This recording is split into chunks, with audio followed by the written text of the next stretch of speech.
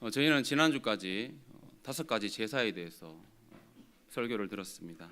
5가지 이 제사법이 있습니다. 5가지가 뭐죠? 첫 번째, 번제, 소제, 화목제, 속제제, 속건제입니다. 제가 청년부 사역을 하다 보니까 제가 청년들한테 이 5가지 제사법에 대해서 쉽게 가르쳐 준다고 이렇게 청년들을 가르친 적이 있습니다. 번데기를 먹으니 소화가 안 돼요. 속이 속속 쓰리다. 이렇게 외우면 5가지 제사를 쉽게 외울 수 있는데 더 어려우신가요?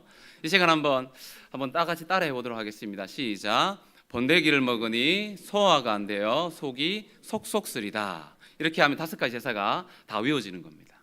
혹시 이렇게 못 외우시겠다 하시면 방금 제가 가르쳐 드린 대로 외울 수 있으면 좋겠습니다. 이렇게 저희는 지난주까지 백성들이 하나님 앞에 나아가서 어떤 방법으로 이 제사를 드려야 하는지에 대해서 배웠습니다.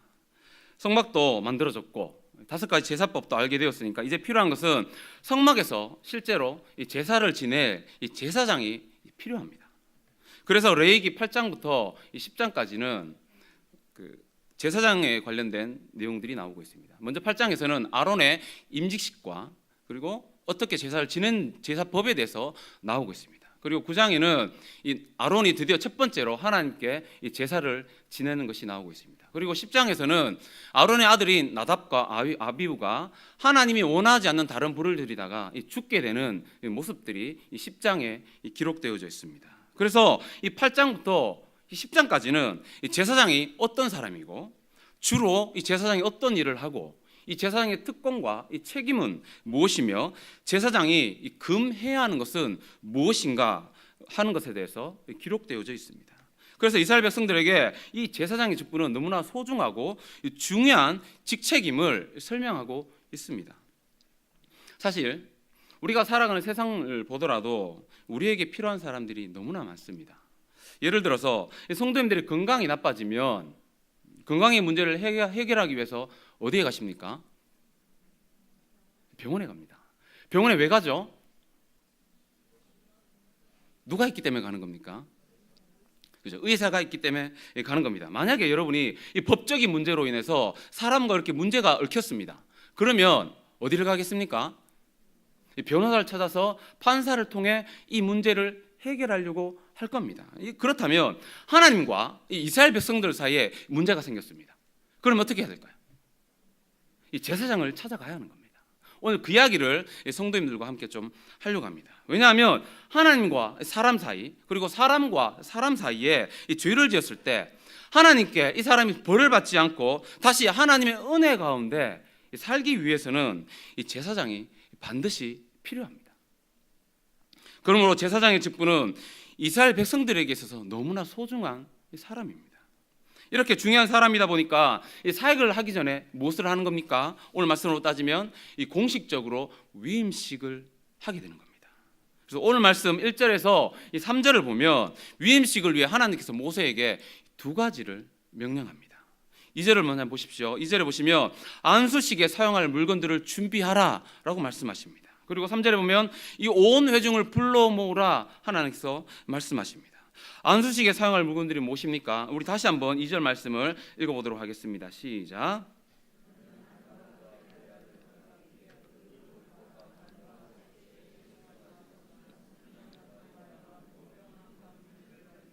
네, 이런 것들을 지금 하나님께서 모세에게 준비하라 하셨습니다. 그리고 이 2번째 명령은 뭡니까? 온 회중을 불러 모으라는 겁니다. 왜 온 회중을 불러 모으라 했을까요? 거기에는 2가지 이유가 있습니다. 첫 번째는 이 온 회중이 임직식에 참여하는 것은 이 예식이 이 제사장들만을 위한 것이 아니라는 겁니다. 이 예식이 제사장들만을 위한 개인적인 것이 아니고 하나님과 이스라엘 사이에 맺어지는 공동체적인 언약의식임을 보여주기 위함에 있다는 것입니다. 그리고 제사장은 온 백성을 상대로 사역을 하는 사람입니다. 몇 명만을 상대로 이 사역을 하는 것이 아니라 이스라엘 전체를 상대로 이 사역을 하기 때문에 그렇기 때문에 이 과정을 통해서 제사장이 누구인지 우리를 대표하는 이 제사장이 누구인지를 보여주기 위함에 있다라는 겁니다. 그러므로 백성들로 하여금 이 제사장을 통해 하나님께 제사를 드릴 수 있도록 공식적으로 위임식을 하는 것입니다. 자, 그렇다면 이토록 중요하고 공식적으로 위임식을 하는 이 오늘의 주인공이 누구입니까?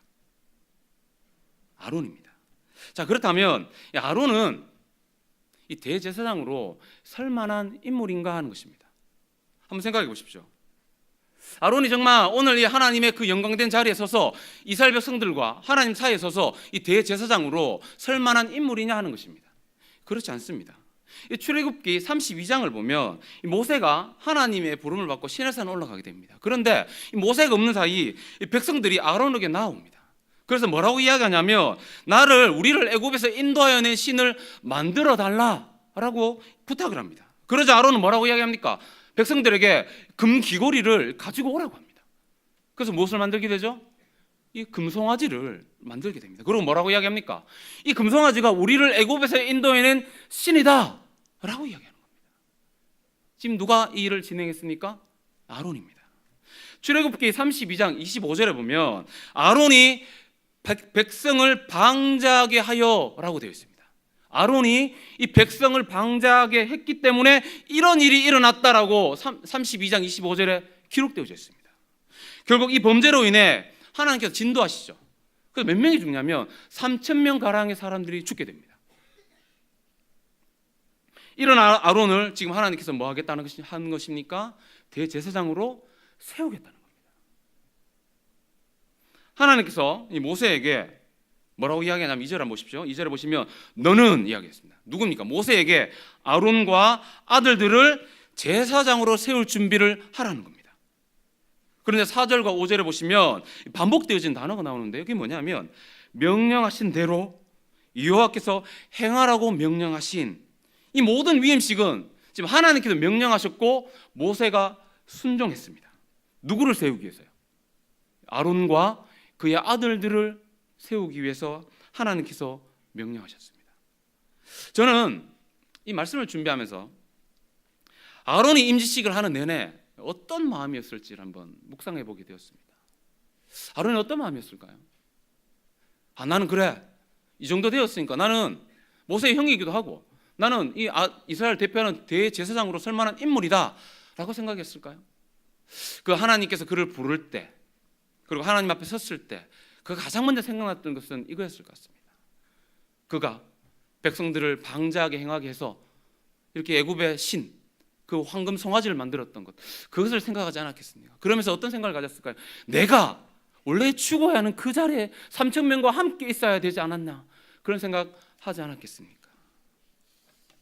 그런데 그는 지금 어디에 서 있습니까? 하나님의 부름을 받고 이 대제사장으로 서기 위해 하나님 앞에 서 있습니다. 그래서 아론은 자신을 세우신 제사장으로 세우신 하나님의 은혜에 감격하며 위임식을 했을 것입니다. 사실 아론은 이 이스라엘의 대제사장이 될 수 있는 자격이 없습니다. 그러나 하나님의 은혜로 아론은 하나님을 가장 가까이서 섬길 수 있는 특권을 누릴 수 있게 되었습니다. 아론이 이 제사장이 되기 위해 한 것은 아무것도 없습니다. 그저 하나님이 용서하시고 다시 회복시키셔서 이 대제사장으로 세우고 계실 뿐입니다. 우리도 마찬가지입니다. 베드로전서 2장 9절에 보면 우리를 뭐라고 이야기하고 있습니까? 우리를 왕같은 제사장이다 말씀하셨습니다. 그렇다면 우리는 왕같은 제사장이 되기 위해 뭔가를 한 일이 있냐는 겁니다. 우리는 왕같은 제사장이 될 만한 사람들이었습니까? 어떻습니까? 저와 여러분이 하나님 앞에서 왕같은 제사장이 될 만한 어떤 자격이 있는 사람들이었습니까? 그러나 하나님께서 우리를 긍휼히 여기시고 제사장 삼아주셨기 때문에 주님의 몸된 교회를 섬길 수 있는 줄 믿습니다. 아론이 자신을 선택하고 불러주신 하나님을 향해 할 말이 무엇이 있겠습니까? 아론이 하나님을 향해 무엇을 이야기하겠습니까? 모든 것이 다 하나님의 은혜임을 고백할 수밖에 없습니다. 이 하나님의 은혜가 우리의 삶을 뒤엎어 늘 주님의 은혜에 감사하며 겸손한 마음으로 주님의 몸된 교회를 섬길 수 있는 귀한 하나님의 사람들 되길 소망합니다. 자, 이제부터 6절부터 한번 보십시오. 6절부터는 위임식의 순서가 어떻게 되는지 기록되어져 있습니다. 위임식을 하면서 제일 먼저 하는 것이 무엇입니까? 몸을 씻는 겁니다. 물론 몸을 깨끗하게 씻는다는 것은요, 단순히 몸을 깨끗하게 씻는 것 이상의 의미가 있습니다. 하나님과 사람 사이에 중재자의 역할을 할 제사장이 되어야 하기 때문에 제사장들이 먼저 죄로부터 이 정결함을 입어야 합니다. 여러분이 예수님을 믿고 하나님의 백성이 되고 나서 제일 먼저 하는 것이 무엇인지 아십니까? 무엇일까요? 그것은 바로 물로 이 세례를 받는 겁니다. 이 세례의 가장 중요한 의미 중에 하나는 죄를 씻어낸다는 의미가 있습니다. 또한 세례는 하나님 앞에서 의롭다 하심을 얻는다라는 의미가 여기에 담겨져 있습니다. 그것을 외적으로 선언하는 것이 이 세례를 받는 겁니다. 이것을 사도 바울은 디도서 3장 5절에 이렇게 이야기했습니다. 중생의 씻음과 성령의 새롭게 하심이 우리의 심령 안에 일어나야 한다. 그것이 사도 바울이 이야기한 것입니다. 성경은 성령의 내적 역사로 인하여서 하나님의 사람으로 다시 태어나는 것을 물로 씻는 것으로 비유했습니다. 그러므로 이 그리스도인의 중생은 바로 이 제사장으로 위임되는 첫 번째 의식인 물로 씻는 것과 연결되는 것입니다. 이것은 세례라는 외적인 형식을 통해 드러나는 내적인 변화인 것입니다. 세례는 어떻습니까? 물로 세례를 주는 것이 아닙니까? 그건 외적인 것입니다. 그러나 이 중생의 역사는 성령의 역사하심으로 말미암아 우리 안에 일어나는 내적인 변화를 이야기하는 것입니다. 이처럼 우리가 하나님을 섬기는 데 있어서 우리에게 가장 필요한 것은 어떤 화려한 기술이 아닙니다. 뭔가 대단한 능력이 아니라는 것입니다. 우리에게 필요한 것은, 우리에게 가장 먼저 필요한 것은 하나님은 하나님께로부터 정결케 되는 것입니다. 아론이 제사장이 되기 위해 가장 먼저 하는 것이 무엇입니까? 그것은 씻는 것이었습니다. 하나님은 우리를 왕같은 제사장으로 불러주셨습니다. 그렇다면 우리도 가장 먼저 힘써야 하는 것은 정결케 되는 것입니다. 날마다 하나님 앞에서 하나님 앞에 나아가 날마다 깨끗게 되는 그 일에 힘쓸 수 있기를 간절히 소망합니다. 그리고 7절 한번 보십시오. 7절 말씀을 우리 한번 읽어보도록 하겠습니다. 7절 말씀 시작. 에봇을 걸쳐 입히고 에봇의 장식을 띠를 띄워서 에봇을 몸에 대고. 이제 모세가 아론과 그 아들들을 씻겼습니다. 그리고 나서 아론에게 뭔가를 지금 하고 있습니다. 그게 뭐냐면 아론에게 무엇을 하고 있습니까? 이 옷을 입히고 있습니다. 여러분이 만약에 병원에 갔다가 한번 생각해 보겠습니다. 누가 의사이고 누가 간호사인지 어떻게 알 수 있을까요? 그죠? 흰 가운을 입고 있으면 아, 그 사람이 의사이구나 알 수 있습니다. 그걸 간호사는요? 예전에 제가 어릴 때 병원에 갔는데요. 간호사는 꼭 머리에 뭘 꼽았습니까? 이렇게 된 거? 그죠? 그러면 아, 저 사람이 이 간호사이구나라는 것을 우리는 알 수 있습니다. 그리고 저는 가끔씩 운전을 해 가다가 있잖아요. 운전해 가다가 이 경찰만 보면 잘못도 하지 않았는데 깜짝 놀랄 때가 있습니다. 그런데 여러분 생각해 보십시오. 제가 그냥 운전을 해서 가고 있는데 어떻게 그 사람이 경찰인지 알 수 있겠습니까? 왜 그래요? 그가 경찰복을 입고 있기 때문입니다. 이처럼 옷은 그 사람의 정체성, 그리고 그 사람이 어떤 직업을 가지고 무슨 일을 하는지 알 수 있습니다. 그리고 이처럼 이와 같이 모세도 지금 누구에게? 아론에게 이 옷을 입히고 있는 겁니다. 그런데 옷을 입히는 데도 이 순서가 있습니다. 여러분 목욕을 하고 나서 뭐부터 입습니까? 바지부터 입나요? 네, 속옷부터 입습니다. 그래서 지금 아론에게 무엇을 입히고 있습니까? 이 속옷부터 입히고 있습니다. 좀 더 사진이 하나 나올 텐데요. 이걸 보시면서 설명을 좀 들으시면 좋을 것 같습니다. 먼저 속옷을 입히는데 이 고운 세마포로 된 이 하얀 옷입니다. 그게 가장 먼저 안에 입혀진 옷인데 이 옷은 이 피부에 닿는 옷입니다. 그리고 이 무릎 밑으로 내려오는 통으로 짠 겁니다. 중간에 이렇게 끊어서 입는 것이 아니고 통으로 짠 옷입니다. 이 하얀 옷은요, 이 제사장들이나 일반 백성들도 입을 수 있었습니다. 이 옷을 입고 나면 이렇게 띠를 허리에 대게 됩니다. 그 다음으로 이 속옷을 입고 나서 띠를 띠고 나서 그 다음에 뭘 하냐면 그 다음부터가 중요합니다. 그 다음부터는 이 일반적 사람들은 입지 않는 옷을 입게 됩니다. 특별히 이 대제사장만 입는 특별한 옷을 입게 됩니다. 그것은 겉옷인데요. 실제로 보시면 이 겉옷을 입힘했을 때 이 겉옷은 머리만 뚫려 있는 그리고 통으로 된 푸른색 옷입니다. 보이시나요? 저는 안 보이는데, 그죠? 그리고 여러분 겉옷을 입히는데 요즘으로 말하면 이 겉옷을 입고 나서 그다음 뭘 입냐면 이 조끼를 입습니다. 근데 이 조끼가 뭐냐면 이 에봇입니다. 에봇. 보이시죠? 에봇의 양쪽 어깨에는 야곱의 12아들의 이름이 새겨져 있습니다. 그리고 에봇 중앙에는 한 25cm 한 뼘 정도 되는 이것들이 이렇게 정사각형 되는 판이 붙어 있는데 이것을 뭐라고 하냐면 흉패라고 합니다. 거기 보십시오. 지금 3개씩 4줄로 보석이 박혀 있지 않습니까? 이것이 무엇이냐면 이게 이제 이스라엘의 12지파를 나타내는 겁니다. 그러니까 이 대제사장이 입고 있는 이 에봇과 이 흉패를 보면서 이 대제사장의 사역은 이스라엘 백성 전체를 그리고 모든 지파를 위해 존재하고 사역하는 사람이구나라는 것을 알 수 있는 겁니다. 그리고 흉패 안에 어떤 것이 들어 있었습니다. 그게 뭐냐면 우림과 이 둠밈이라는 것이 들어 있었습니다. 이 흉패 안에요. 이렇게 손이 들어가는데 여기 안에 우림과 이 둠밈이 들어 있었는데 이것을 히브리어로 빛과 이 완전함이라는 의미로 쓰였습니다. 이게 민수기 27장 21절에 보면 우림의 판결로서 여호와 앞에 물을 것이며 이라고 되어 있습니다. 그리고 사무엘상 28장 6절에 보면 하나님께 이 버림받은 사울이 이 하나님의 뜻을 구합니다. 그런데 여호와께서 꿈으로도 우림으로도 선지자로도 대답하지 아니하셨다. 이 말씀으로 보아서 이 우림과 둠밈은 하나님의 뜻을 이 백성들에게 가르쳐주는 이 물건이었던 것 같습니다. 그죠? 백성들이 이렇게 제사장 앞에 나오면 이것을 꺼내가지고 이렇게 주사위 같이 던지면서 했다라는 이야기도 있습니다. 그러니까 이렇게 하면서 하나님의 뜻이 무엇인지 yes, 오와 no 아니면 기다리며 어떤 이 3가지 정도로 이야기를 했다는 이야기가 있습니다. 그리고 모세의 아론의 머리에 관을 씌웠습니다. 여기 이마에 이렇게 관을 씌우고 이렇게 띠를 띄웠는데 금패를 붙였습니다. 거기에 뭐라고 적혀 있었냐면 여호와께 성결이라고 쓰여져 있었습니다. 출애굽기 28장 2절에 보면 하나님께서는 모세에게 내 형 아론을 위하여 거룩한 옷을 지어서 영화롭게 아름답게 하라라고 명령했습니다. 여러분, 여기에 히브리어로 이 옷이라는 단어는 이 베게드라는 뜻이 있습니다. 그 뜻은요, 덮다, 가리다라는 뜻으로 쓰였습니다. 인간의 죄를 덮는다는 의미가 여기에 내포되어 있습니다.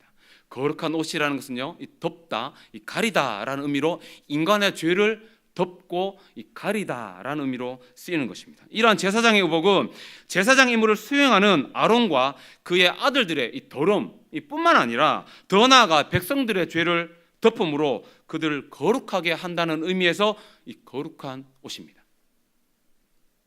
이것만 보더라도 이 제사장 직분 자체가 얼마나 영광스럽고 존귀한 직책인지 이 옷을 통해 우리는 알 수가 있습니다. 가장 존귀하기 때문에 이 가장 존귀하다는 것을 뭘 통해 드러내고 있습니까? 이 제사장이 입는 옷을 통해서 그가 참으로 존귀한 신분이라는 것과 그리고 그의 직책이 영광스러운 직책이라는 것을 나타내 보여주고 있습니다. 이 영광스러운 직책이 어떻게 가능하게 되었습니까? 아론이 이 영광스러운 직책을 어떻게 받아 누리게 되었습니까? 거룩한 옷이 인간의 연약함을 가리웠기 때문입니다. 우리도 왕같은 제사장이 될 수 있었던 이유가 무엇입니까? 저와 여러분이 하나님께서 우리를 왕같은 제사장이라 여겨주시고 불러주신 이유가 어디에 있겠습니까? 그것은 예수 그리스도의 보혈로 말미암아 우리의 죄를 덮어주셨기 때문에 가능한 것입니다. 그렇기 때문에 언제나 기도함으로 하나님 우리는 찾을 수 있고 언제나 하나님 앞에 나아가 하나님을 만날 수 있게 된 것입니다. 우리의 제대 모습을 그리스도의 보혈로 덮으신 그 은혜를 늘 감사할 수 있는 그런 성도님들 되길 소망합니다.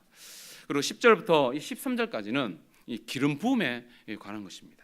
10절 한번 보십시오. 10절 말씀을 한번 읽어봅니다. 시작.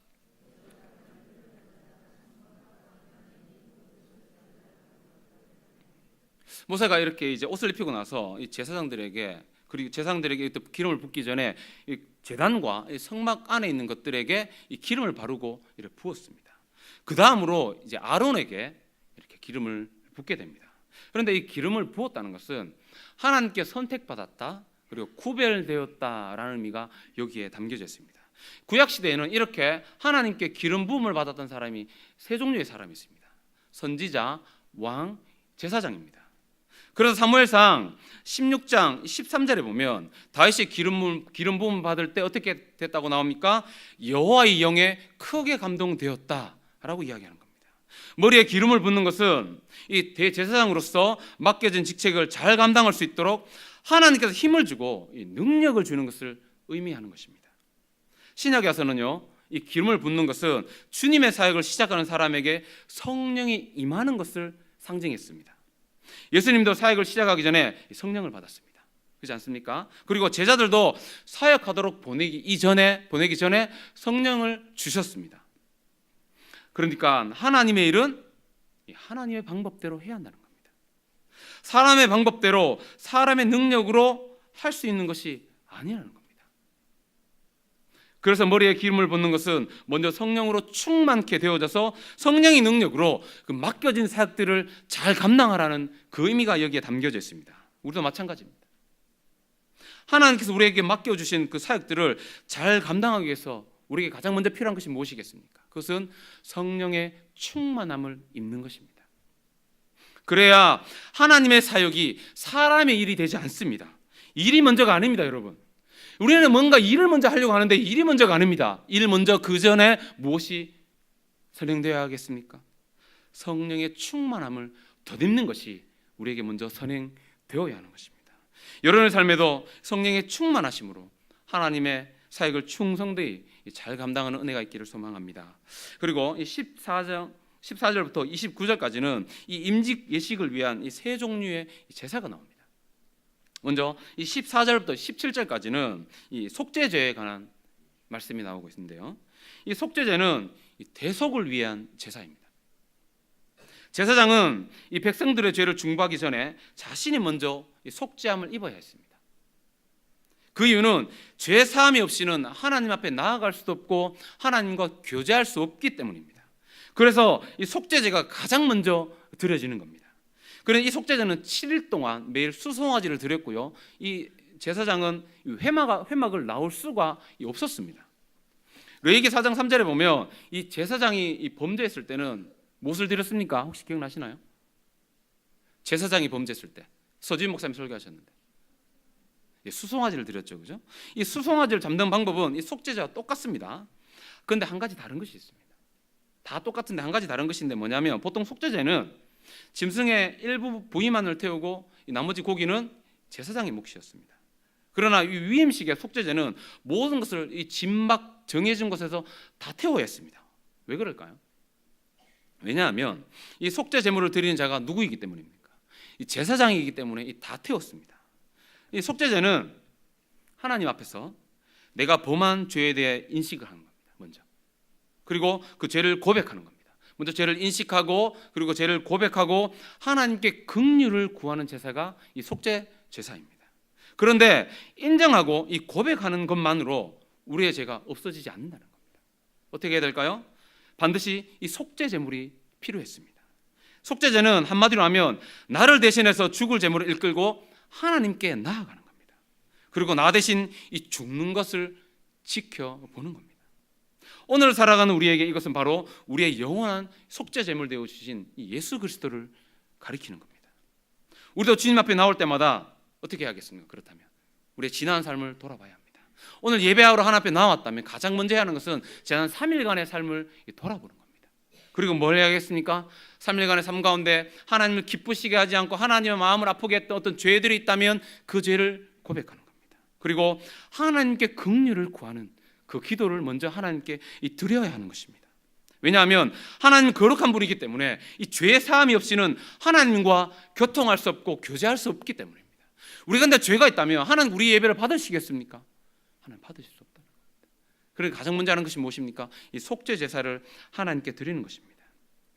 우리는 예수님의 속죄 제물 되어 주심으로 말미암아 하나님의 긍휼하심을 입었습니다. 그리고 날마다 은혜의 보좌 앞에 담대히 나아갈 수 있게 되는 것입니다. 만약에 예수 그리스도가 우리의 속죄 제물을 되어 주지 않았다면 우리는 하나님의 은혜의 보좌 앞에 나아갈 수 없습니다. 이 모든 것이 우리의 영원한 속죄 제물 되오신 예수 그리스도의 은혜임을 우리는 기억해야 하는 것입니다. 그리고 그렇게 예배 드려질 때 하나님의 영광이 우리의 예배 가운데 충만하게 될 줄을 믿습니다. 그리고 18절부터 21절까지는 번제에 관한 번제의 수양에 관한 말씀입니다. 이 속죄제에 이어 드려진 제사가 있습니다. 그건 뭐냐면 헌신을 다짐하는 번제입니다. 속죄제가 이 제사장의 죄를 속죄하는 제사라면 이 번제는 헌신을 다짐하는 제사입니다. 제사장이 하나님께 자신의 죄를 고백하고 죄를 사함 받았지 않습니까? 그러고 나면 하나님께 감사함으로 나아가서 뭐 합니까? 이제 헌신을 다짐하는 겁니다.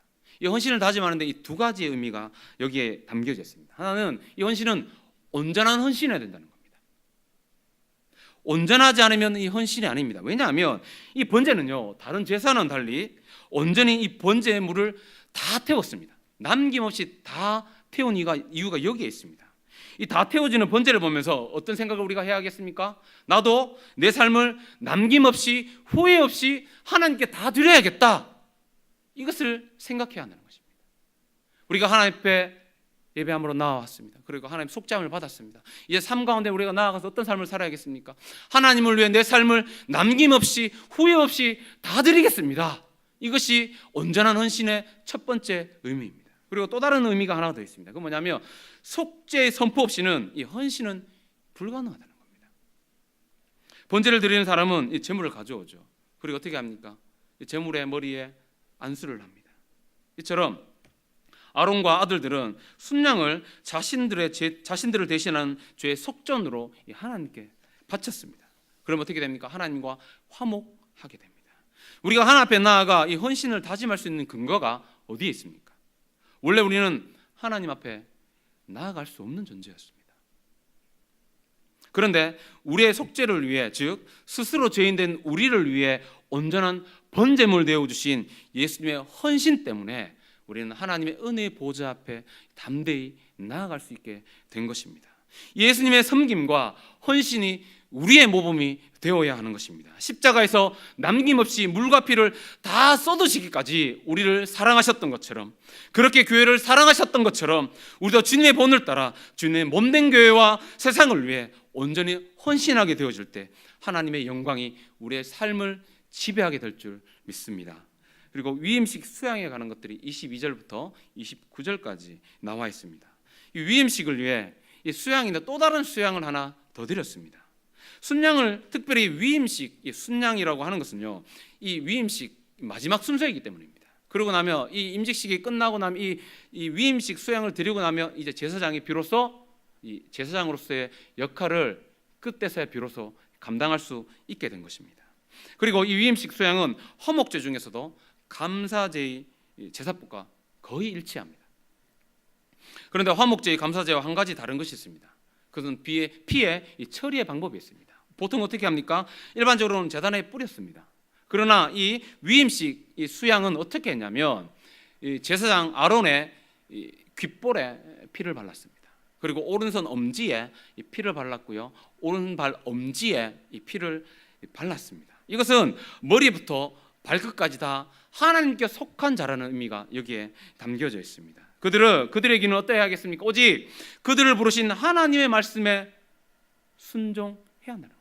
그리고 이들의 손은 오직 하나님의 뜻을 이루는 이 거룩한 손이 되어야 한다는 것입니다. 그리고 이들의 발은 오직 하나님께서 명하신 그곳에 가서 하나님을 위해 살아야 한다라는 의미가 이곳에 담겨져 있습니다.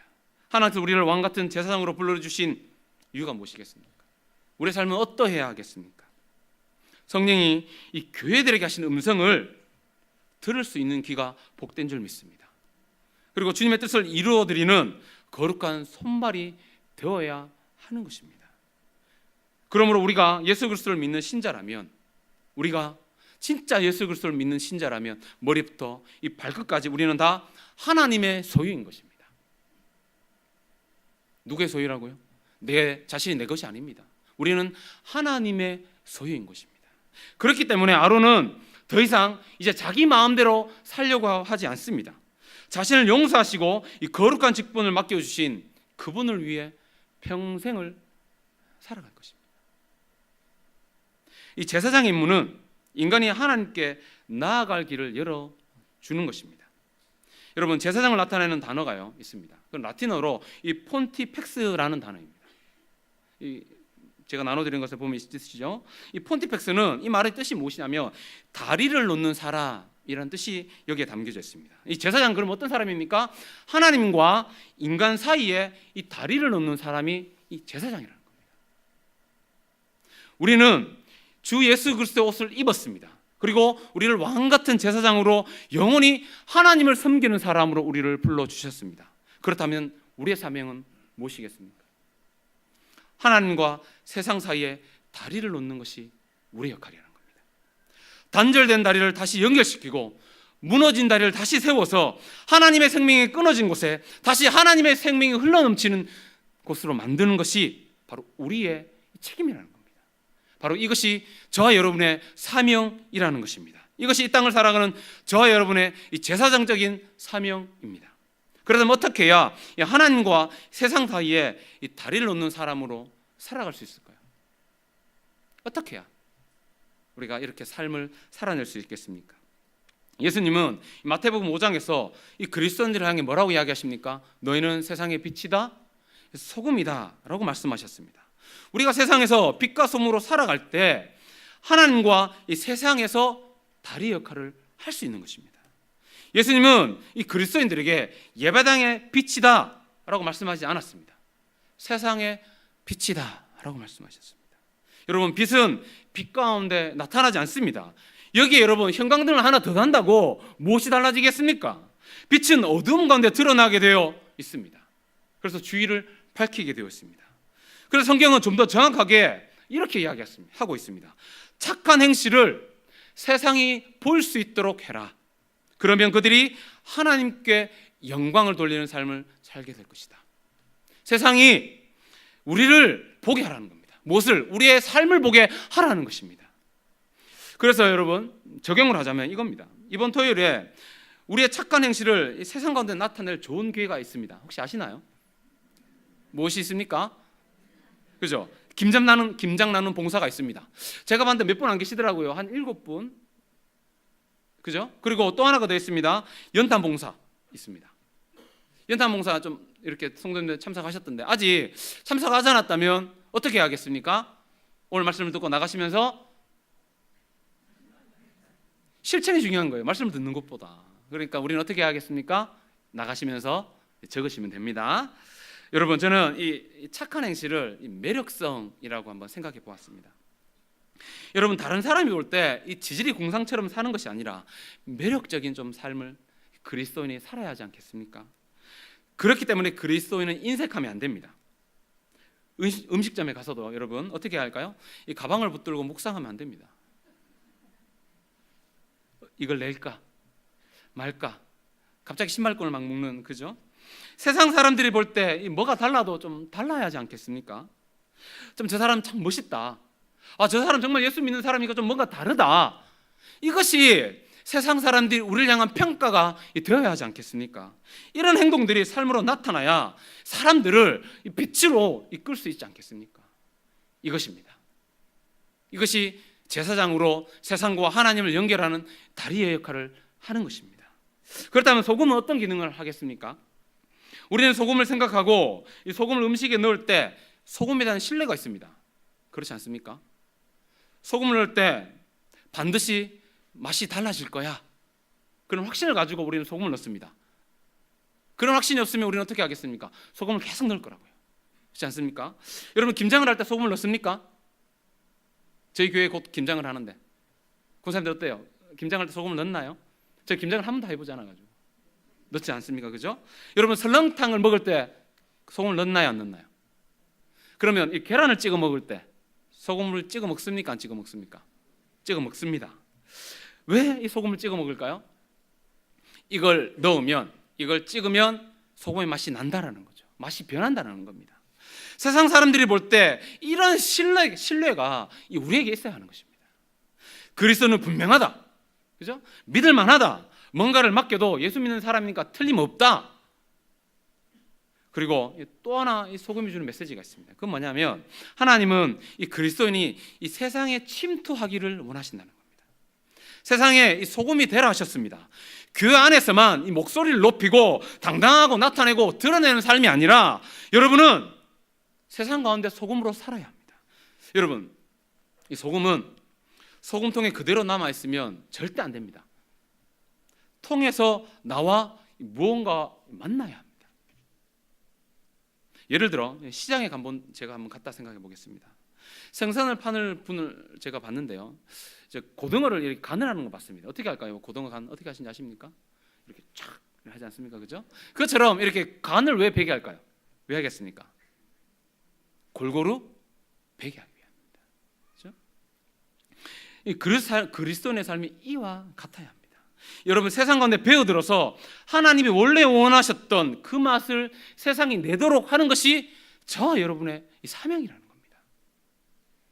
소금에 절이지 않는 고기가 썩고 있는 것을 우리는 비난할 수 없습니다. 왜요? 고기는 달리 손쓸 방법이 없기 때문이죠. 고기는 소금에 절이지 않으면 썩습니다. 그 고기가 썩는 것을 보고 우리는 할 말이 없습니다. 그때 우리가 던져야 하는 질문은 이것입니다. 소금은 어디에 있는가? 라는 것입니다. 이것이 이 소금이 주는 메시지입니다. 사랑하는 교회 여러분, 저 여러분은 세상 가운데서 세상의 빛으로, 이 세상의 소금으로 살아가야 하는 것입니다. 하나님께서 우리를 왕같은 제사장으로 불러주셨습니다. 우리는 왕같은 제사장입니다. 그렇다면 분명 우리는 세상 사람들과 다른 신분을 가지고 사는 사람들입니다. 세상과 다름을 어떻게 나타내야 하겠습니까? 내가 세상 사람들과 다름을 어떻게 나타내야 하겠습니까? 어둠을 밝히는 빛으로 세상 가운데 신뢰를 주며 원래 맛을 내며 살아갈 때에 영향력 있는 삶을 살아가게 될 줄 믿습니다. 이것이 우리를 왕같은 제사장으로 불러오신 진짜 이유임을 기억하시고 하나님과 이 세상 사이에 다리를 놓는 사람으로 짠맛을 내며 빛을 비추며 살아가시는 내일의 모든 성도님들 되길 간절히 소망합니다.